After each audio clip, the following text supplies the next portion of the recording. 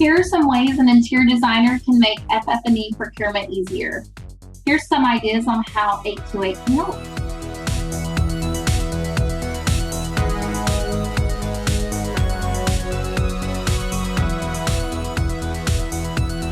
So I think this is extremely important when you're refreshing a community. A lot of times on new builds, there's nothing to compare it to. Staff, family members, even residents have opinions on what types of fabrics and furniture pieces are working or not working. A lot of times we go in and there's a sofa or a lounge chair that is extremely too low, and we hear about it. We understand that the previous designer or whoever purchased the furniture, or a lot of times furniture is even donated. They're too low, too hard, too soft to get out of, or they're having trouble with maintaining the upholsteries. Maybe it's not a vinyl product, or it's a residential grade product and we see a lot of wear and tear, or upholsteries and textiles that are not able to be cleaned and maintained over time. So when we're working in environments where it gets used more often than your residential home, it's really important to work with an interior designer who understands the end use. We have trusted partners, we have knowledgeable staff, and a myriad of resources that help us select, specify, and fabricate performance upholsteries, drapery, senior ergonomic furnishings. So I think it's really important to A, understand the need, and B, get something that's going to be a workhorse, because you don't want to replace it in a year. It gets very costly. Whenever we're able to come in and help and advise on that, we're able to truly give a win-win scenario, whether it be a new chair with arms because their other chairs don't have them, or a vinyl because there's a lot of soil and staining happening, and we want to make sure that your dining chair looks good and performs, or your lounge chair at the front lobby. It's definitely very important to keep the experts on hand to help make those decisions moving forward.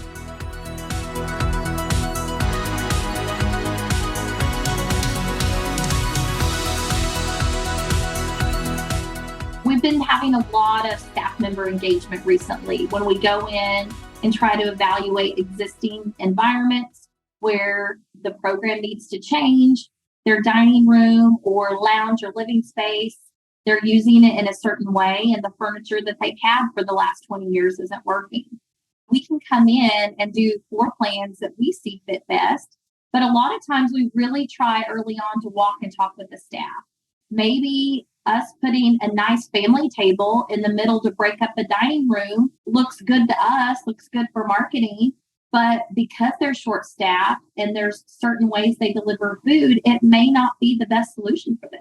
We really try to talk with the team members who are there on the day-to-day, pushing the program, implementing dining, getting residents together and flexing the spaces.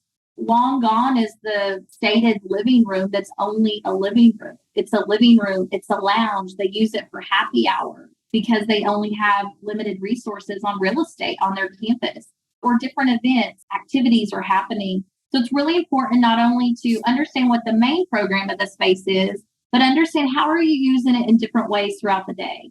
What special events happen that you're having to move everything out of the way to accommodate? Because it may just be as simple as putting a flip-top mechanism in the activity dining table, because actually 4 times a year, they've got to completely move those out of the way. And it's very hard to stack up fully assembled dining tables. They're very heavy, and then where do you put them? They're stuck out in the hallway and they're not nesting. So we really try to think through those, and we listen because we want to bring solutions. Because if we're the designer that just comes in and does what we want, they're mad at us when they get the approvals. They're not happy when we start pushing in furniture.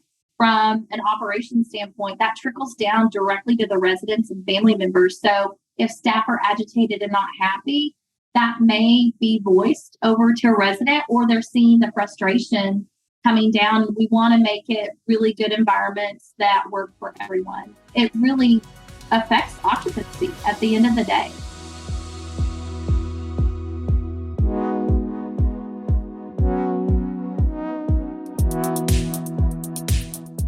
Designers have trusted vendors with great quality products. All the vendors that we use have been in business for many years. They are trade market vendors who, for the most part, are only to the trade only. A lot of our manufacturers are out of Hickory, North Carolina. We source manufacturers who are in the States.